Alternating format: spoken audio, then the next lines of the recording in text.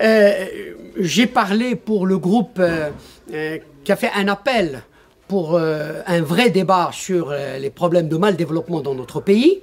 J'ai essayé d'expliquer comment le Maroc, depuis 50 ans pratiquement, a fait un certain nombre de choix majeurs, notamment un certain nombre de paris sur l'économie de marché, sur le secteur privé, sur la capacité de la croissance à être tirée par les exportations.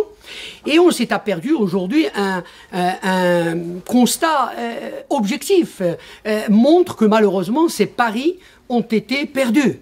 Nous sommes aujourd'hui dans une situation où c'est l'État qui doit continuer à être le principal investisseur, le principal créateur d'emplois. Nous sommes dans une économie malheureusement qui est encore gangrénée par la rente. Nous sommes dans une économie dont les exportations ou le commerce extérieur précisément en fait plombent la croissance, au lieu d'en être le moteur. Alors, notre analyse de cet état de fait nous amène en fait à aboutir à la nécessité d'articuler tout ça avec le système politique. C'est-à-dire un système qui malheureusement fait que d'abord les décisions, donc les choix justement, sont souvent prises sans légitimité forte. Les choix sont faits sans concertation, ni avec les élus, ni avec la population, etc.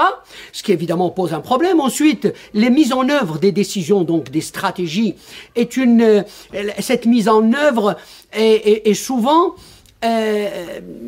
dilué dans un cafouillage de responsabilités et surtout, il n'y a pas de reddition de comptes. De sorte que on peut se tromper quand on fait un choix de stratégie économique. On peut se tromper et ça n'est pas en soi un problème. Le vrai problème, il est dans le fait que le système politique ne dégage pas, n'organise pas les conditions qui font que une stratégie, elle puisse se donner les moyens de réussir.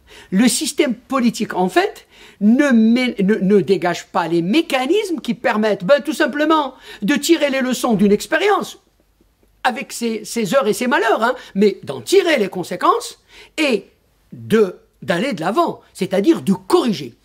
Bref, malheureusement, nous sommes arrivés à une conclusion forte, c'est que, en réalité, ce sont les déboires, les défaillances, les carences du système politique, du point de vue de la bonne gouvernance, ce sont ces carences qui sont devenues les vrais obstacles au développement économique. Donc l'alternative, c'est que le mal de développement au Maroc, il peut être dépassé d'abord à partir d'une véritable réforme du système politique. Parce que c'est à partir de cela que tout le processus s'engage.